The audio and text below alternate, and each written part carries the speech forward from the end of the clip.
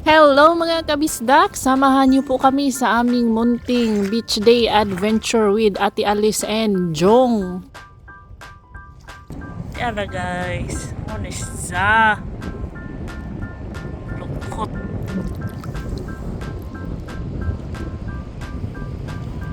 Alam nyo ba, ito po ang si Anemone. Ito ang tahanan ni Nemo mga kabisdak. First time ko lang nakita in person. Sa video ko lang siya nakikita. Ito na ang aming mga magagandang shells na nakuha. Ay beautiful talaga ito. Para banana. Chicken, banana. Chicken, banana. Banana. Ay!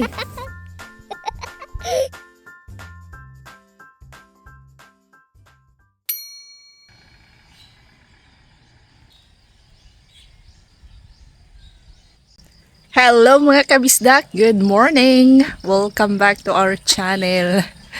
In today's video ay kasama natin si Ate Alice. Hinihintay ko si Ate Alice. Kami po ngayon ay manginhas kasi low tide guys. So mag-shell picking kami doon dito lang sa aming hometown pero sa ibang area. Sa area na mas marami yung shells. It's now 6 a.m. Makulimlim lang siya kasi may bagyo. Para uulan. Kapag uulan guys, hindi po tayo matutuloy. Uuwi tayo kung uulan. Yung area is mga nasa 20 minutes yung biyahe by motor. Naghintay na ako dito sa labas. Si Little Insoy ay inanok na kay Shin at Kuya Sadams. Sila muna ang magbabantay. Mga 3 hours lang akong mawawala guys. Natutulog pa po si Little Insoy. Oh! Ay, okay naman.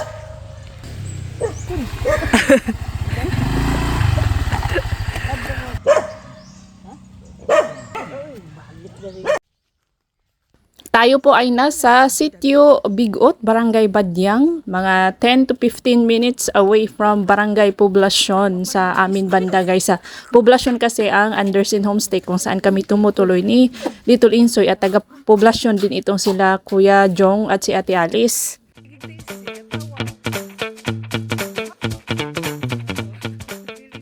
Etong Sitio Bigot, Barangay Badyang ay dinadayo po ng mga parokyano. Famous pa ito sa amin kasi maraming treasure po sila. Maraming shells, maraming mga treasure nga, sabi ko kanina.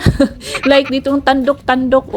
Unlike sa Kinali Beach doon banda sa Barangay Poblacion, parang naubos na yung mga shells kasi maraming taong pumupunta doon. Unlike dito kasi na medyo malayo sa mga kabahayan. Ito, tandok-tandok guys, unang kuha namin.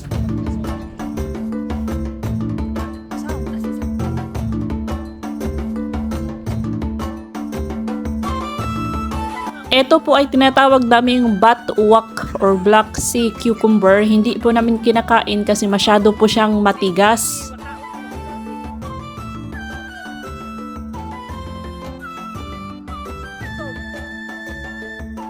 Ito naman ay mga swaki. Hindi po ito yung sea urchin, black sea urchin na kinuha namin sa aming previous vlog nila Ate Alice na nagustuhan ni Daddy Insoy. Diba, maiitim man yun at mahahaba yung kanyang tinik.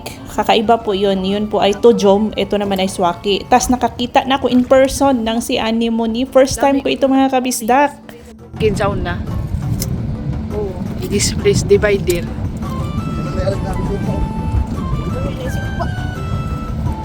Anong view ka yung design ng color ba view.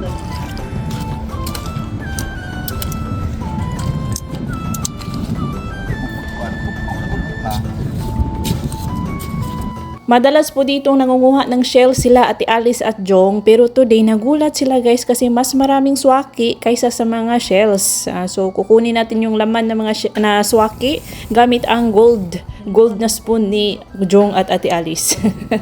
Madami talagang swaki ngayon. Alam nyo ba, halos na puno po namin yung dala naming mga jars tapos na iuwi pa namin sa bahay.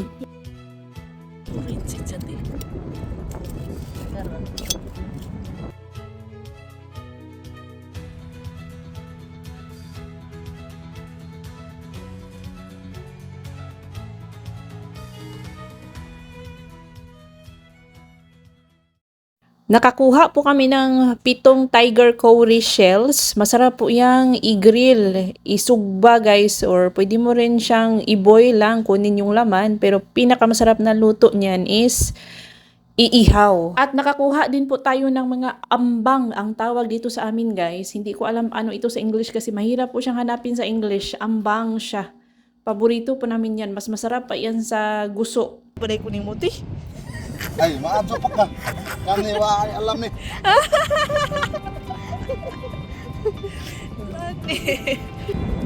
Tiara guys. Honest za. Lukot.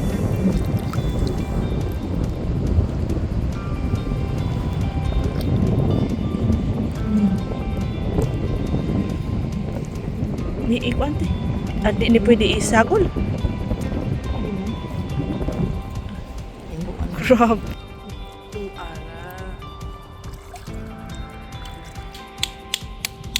Suka.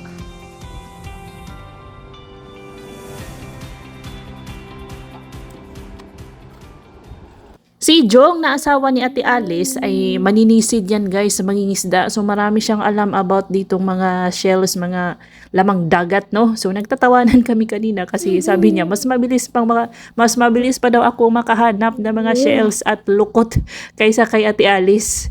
Kasi noon nga sabi ko sa inyo, pumupunta lang ako sa dagat baybayin kapag low tide. Nung nakatira pa ako sa bahay nila Auntie Lulit dito sa Anderson Homestay after ko mag-graduate. Nangunguha ako guys, ginagaya ko lang yung nakikita ko na kinukuha ng ibang mga taong nangunguha din ng shells. Medyo sanay na po ako. So, ang the best part dito is kumain po.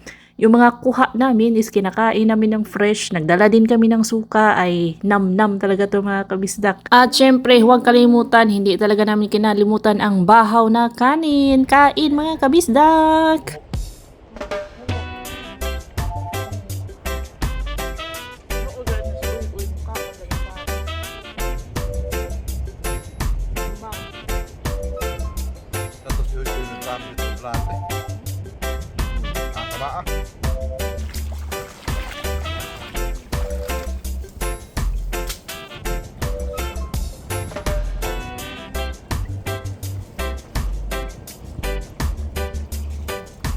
Mga 2 hours lang kami sa baybay mga kabisdak. After po namin kumain ay magsisiuwian na ang mga person.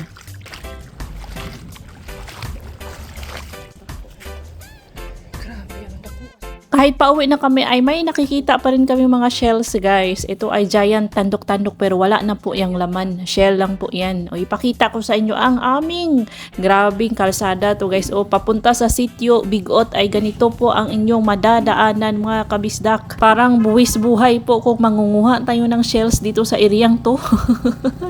Ay parang kulang na lang mga kabisdak. May parte dyan na kung hindi ka talaga marunong mag-drive ay adto dyan ka puniton sa ubos.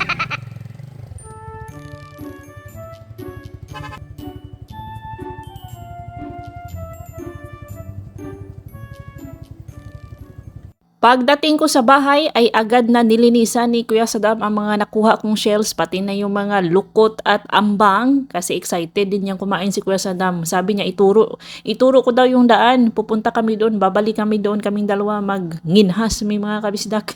Habang kami po ay naghuhugas niya, nagluluto, may foreigner na tumitingin sa bahay nila Uncle Eric, Anderson Homestay dito sa tinutuluyan ko, ay so sabi niya beautiful.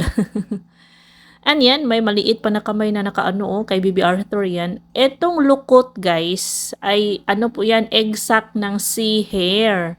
Dito sa amin, natawag naming dunso ang sea hare. Exact yan, kung ilalapit, kung titingnan mo sa microscope, is para siyang green noodle pero sa loob niyan is mga eggs po yan ng sea hare. Pero sa mga tao dito, sabi nila, tae daw yan ng dunso. Hindi po yan tae, mga itlog po yan ng sea hare. May mga viewers po tayong ngayon lang nakakita ng lukot. Ang sa kanila is lato at guso pong madalas nilang nakikita. Common kasi yun guys. Itong ambang at itong lukot ay napakasarap po yan guys. Kikilawin lang namin yan.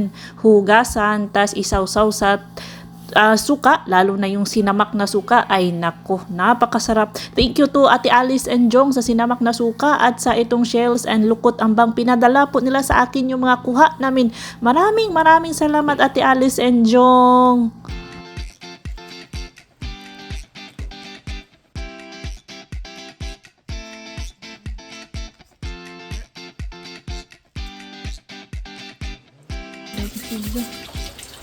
Ni din hinilo na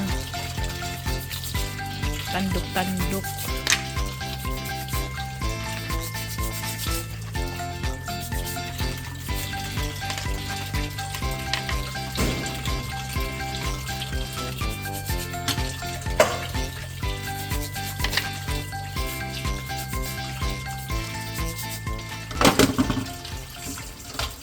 Arthur! Asa man si Arthur? Asa man Arthur ni? Arthur ni? Wow! Asa man si Arthur? Arthur! Wow! Asa man dapat? Ah! Ah! Wow! Tita! Tita! Asa man Arthur? Asa man? Asa man? Oh. Chicken, banana. Chicken, banana. Chicken, banana. Banana. Ay! Asa man ka? Asa man ka? Wow!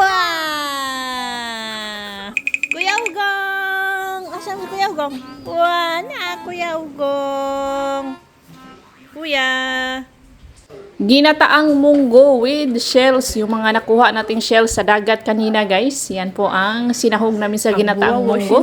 Tapos yung ating tiger shell curry ay pinakuluan namin sa mainit tubig para makuha yung kanyang laman. Itong mga ganitong luto, ganitong mga pagkain, ang gustong gusto ko talaga mga kabistak. Nabubusog ako at walang katulad. Ang sarap eh. Talagang sinusulit ko yung aking bakasyon dito sa Pilipinas dahil walang ganito sa Korea at walang ganito rin sa States, no? O, comment sa mga subscribers natin dyan sa US, kay Ma'am Chari Alonso, Ma'am G Bichara and family, Ma'am Mel, Ma'am Lynn in North America. O, comment mga kabistakbe kung may mga ganitong masasarap ba kayong pagkain. Meron namang masasarap na pagkain sa ibang lugar, pero iba talaga yung nakasanayan natin, hinahanap natin talaga yung mga pagkain na kinalakihan, guys. Si Arthur ay ang sarap-sarap niyang panoorin kumain. Yan po ang niluto. Ito yung niluto ni Shin. Ang ating nasasaraw itong kinason. Ang mga malaking shells ay minix niya di ara guys. Oh, maganda din itong i-display. Ito siya. Yung mga tandok-tandok. Oh, ito yung mga tandok-tandok. Yung crab, ito yung crab. Mogo! Crab, nag-iisang crab. O, ito na, may lumabas na, oh. Yan, oh. Sa shell po, yan.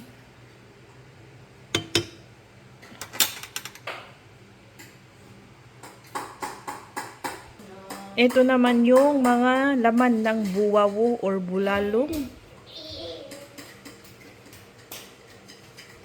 Yan, dito ko din-display. Pagkatapos natin kunin ang flesh ng tiger curry shell, hugasan mo at mas mabuting isan-dry mga kabistak. Ibilad mo na sa araw bago i-display kasi nangangamoy po yan at inaano ng mga langgam. So kinuha ko yan, inano ko, pinarawan ko muna sila bago i-display kaya nangangamoy lagi. Kain mga kabisdak! Sisid, masarap magluto.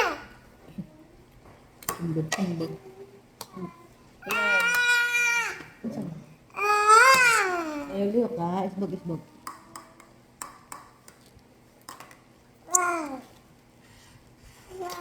Kami sa fork at tibe. Thank you. Kaya siya, tilawin siya. Lamig po ni ma-display po ni siya. O kari, may guwa na ah. Wah, bagag unod. Mga kabisda. Bait-bait. Kami ito ni i-display. Ang gatong dito, may view. Kuwang pala ito. Aw ka ate. Kaon na. Lamit ko na. Ika. Yan ang kanyang laman. Sarap. Dami sing. Okay. Ito ba siya? Yun yung tandok-tandok. Ang tandok-tandok natin, wala. Lukok. Ang sa Tagalog, ang lukok. Tagalog, ang lukok. Dali lang. Umukok. Ay! Ating ni si Arthur. Yung rice namin mga kabisdak, oh, ito. Red rice na murag purple, black rice, puti, nihaluan sa Puti. Di ba Ah, white rice yung haluan ng black rice. Kaya naging purple po siya. Si Tina ay aspiring vlogger po yan, kaya lagi nakikita sa camera. Yung ating black rice, may black rice dito, hinalo sa white rice, kaya naging pink, dark pink ang aming kanin mga kabisdak. Hapunan na po yan, si Little Insoy ay nagnap pa. Himuon ang suka, pinalit, pero ibili mo ilahan ng timpla, tangang sili, kaya nga nilang ahos, tangloy mo. Mga nagbasa-basa share tayo. Dama. Tapos nang, ay hindi pa kumain si Jongwoo guys. Si Little Insoy hindi pa kumain, kakagusin lang. Puro? Wa na lang, hilambos na. Kana imong naong, Tor. Tor, oh. Ay, malugit siya din. Uy, di ah. Kumain, kakain o manghilamos. Ay, kamay mag-unod sin. Tama. Sos, sos. Nanghilamos na po si Arthur. Igi, Tor. Padayon sa imong gibati, Tor. Sos. And that's all for today's video, ikaw. That's all for today's video. See you on our next vlog. See you. See you on my next video. Very good. See you on our next vlog. Unsay sunod? Ay, pero may ingon ni tita. Unsa man be? Guys, Guys, ingat lahat. ingat na. Ika na. Ingnan, subscribe na. Subscribe na. Very good. Subscribe na. Di mo subscribe na. Si on mo na ngayon.